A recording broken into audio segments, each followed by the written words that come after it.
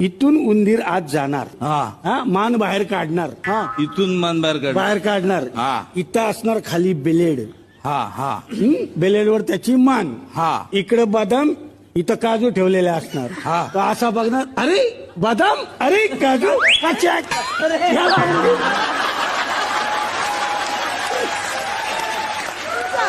यंत्र शोधलेले यावर आतापर्यंत केलेला सगळा खर्च वाया गेलेला. सगळे आले.